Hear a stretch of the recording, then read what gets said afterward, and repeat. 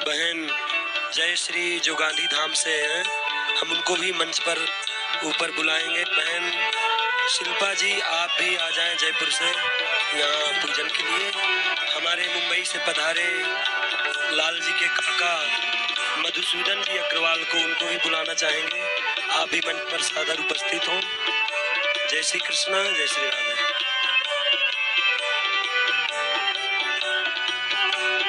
राजकोट से महेंद्र सिंह जी झाला आप भी यहाँ मंच पर आ जाएं पूजन के लिए।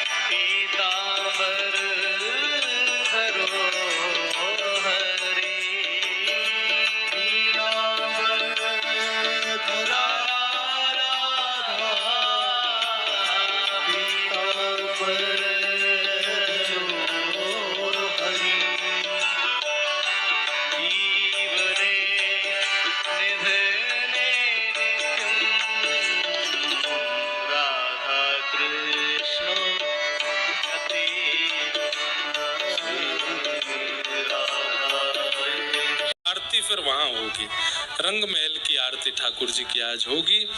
सब लोग बिल्कुल विराजमान रहें, उत्सव अधूरा छोड़ के ना जाएं, पूरा कर। आरती फिर वहां होगी। रंग महल की आरती ठाकुर जी की आज होगी। सब लोग बिल्कुल विराजमान रहें, उत्सव अधूरा छोड़ के ना जाएं, पूरा करके ही यहाँ से प्रस्थान करें। किसी की ट्रेन फ्लाइट है तो छोड़ दियो भैया, ने कितनों छोड़ के देखो ठाकुर जी के काजे, आनंद आवेगो। तो आज उत्सव का विश्राम और फिर वहीं पर्ची खुलेगी रंग महल में कि अगला उत्सव कहाँ होगा। हम सब लोग बड़े भागी हैं। सब लोगों से प्रार्थना, बिल्कुल शांति का परिचय देंगे। महाराज जी का आशीष हम लोग ले लें, ग्रहण कर लें, उसके बाद फिर उत्सव के क्रम में प्रवेश करेंगे। बोलो वृषभानु दुलारी की जय। जय जय श्री राधे। निताई गौर हरि बोल।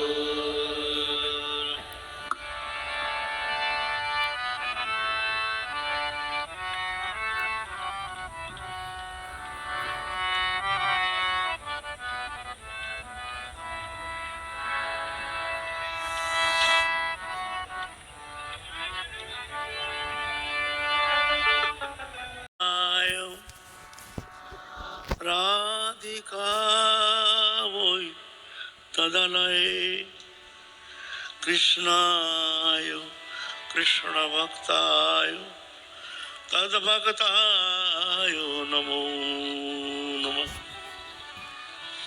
जय जय श्री राधे। जोर से बोलिए जय जय श्री राधे। जय जय श्री राधे श्याम। निताई गौर हरि बोल।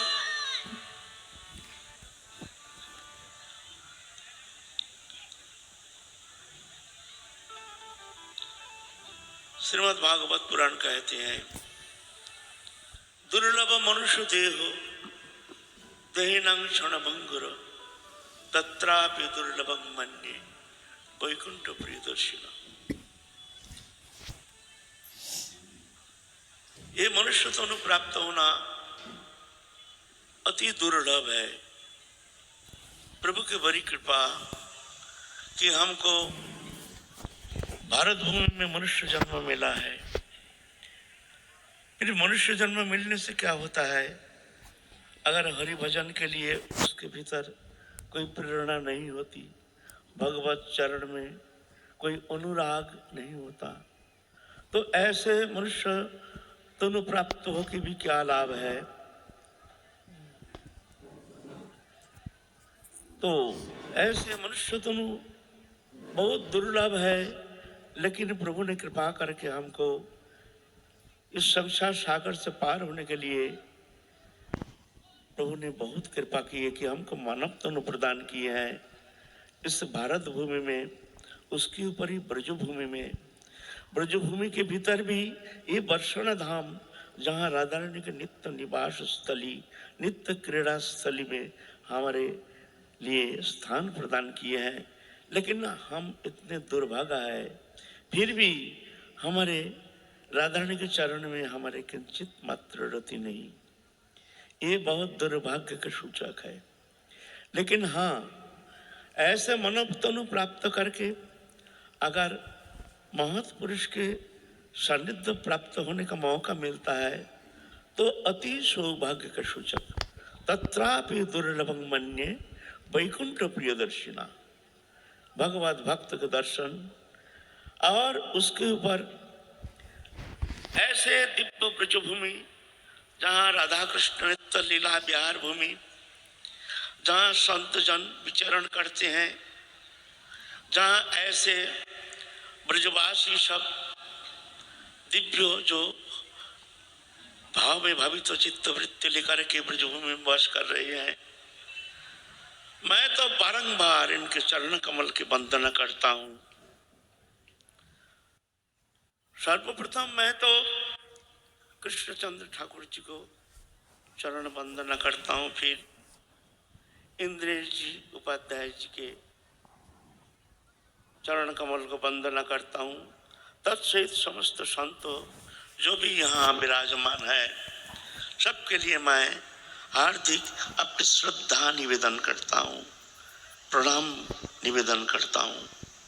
मैं तो कोई वक्ता नहीं हूँ, फिर भी हमको आदेश किए हैं तरह कुछ बोलने के लिए। क्या कहूँ, मैं तो देखता हूँ ये दिव्य भूमि है, ऐसे दिव्य राधा रानी की बिहार भूमि है, ऐसे दिव्य गोचरण भूमि में ऐसे दिव्य लीला रस वर्षित हो रही है, जहाँ ऐसे ब्रजवासी तथा अत्यंत प्रेमी एवं श्रीमद् भागवत महापुराण के तात्विक वक्ता है, इनकी श्रीमुख निश्चित हरि कथामृत सुधा पान करने का एक मौका मिल रहा है। इससे बढ़कर और क्या सौभाग्य हो सकता है। बड़ी सौभाग्य के सूचक है। ऐसे मंगलमय दिन, ऐसे सबसे सुंदर दिन, जिस दिन हमारे ऐसे प्रेमी भक्त का मुख निश्चित हरि कथामृत सुधा पान करने का मौका मिलता है। तब कथामृतम तप्त जीवनम कवि भीड़ीतम कल्मषापहम श्रवण मंगलम श्रीमदाततम भुवि गृणन्ति ते भूरिदा जना। एकमात्र हरि कथा है, जो कथा सबसे सरल, सहज, सुगम और सरस साधना है। और कोई भक्ति अंग जो है वो इतना सरल नहीं है, उसमें थोड़ा परिश्रम करना पड़ता है। पूजा करने के लिए बहुत सामग्री चाहिए, ध्यान करने के लिए मन को संयमित करना चाहिए, कीर्तन करने के लिए साजा बाजा दे करके मन को संलग्न करके हरि कीर्तन करने के लिए प्रयत्न करना चाहिए। लेकिन एकमात्र हरि कथा है जो सिर्फ आपके कर्ण इंद्रिय को हरि कथा के तरफ रख करके बस सिर्फ हृदय से उस कथा रस आस्वादन करने के लिए एक व्याकुलता, एक ऐसे हृदय के आग्रह होने चाहिए, बस और कुछ करना नहीं है। कथा में इतनी शक्ति है, जो ये कथामृत सुधा कर्ण रंध्र से प्रवेश करके अंतःकरण में जा करके उसके हृदय अंधकार को उन्मोचन कर देते, मुक्त कर देते हैं, उनके भक्ति रूप प्रदीप को प्रज्वलित कर देते हैं। ऐसी शक्ति है कथा में, हरि कथा में। और वो भी ऐसे प्रेमी भक्त के मुख निश्चित हरि कथामृत सुधा, जो कि जन्म से हरि कथा रस आस्वादन कर रहे हैं। इनके पिताश्री भी बड़े वक्ता है, अच्छा भगवत रसिक है, मर्मज्ञ है। आज बहुत सालों से उनके कथामृत सुधा परिवेशन करते हैं, जो लाखों जीवों के कल्याण साधन करने में समर्थ है। भवापवर्ग भ्रमतं यदा भवेत् जनस्य तरच्युत सत्समागम सत्संगम जरी तदैव सद्गतौ परापरेश त्वयि जायते रति।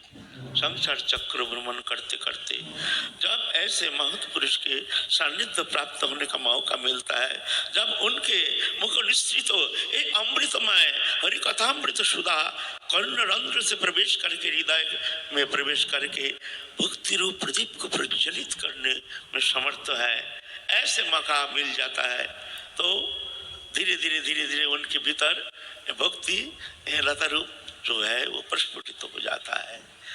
तो बड़े सुंदर, बड़े अद्भुत संयोग है। ऐसे ब्रजभूमि, ऐसे वर्षणा धाम में ऐसे ब्रजवासी जो मनमग्न राधा रानी के रसिक हैं, जो प्रेमी हैं, राधा रानी जिनके एकमात्र हृदय के प्राणधन है, ऐसे प्रेमी भक्त के मध्य बैठ करके ऐसे रसिक भक्त को मुख निश्चित कथा श्रवण करने का जो मौका मिलता है, इससे सौभाग्य का सूचक और क्या हो सकता है। श्रवण मंगलम, श्रवण मात्र ही मंगल करने में समर्थ। इस कथा में ऐसी शक्ति है। तो सबसे सरलतम सहजतम साधना है हरि कथा।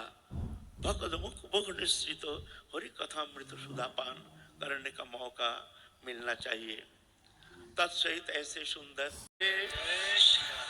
निताई गौर हरि बोल, निताई गौर हरि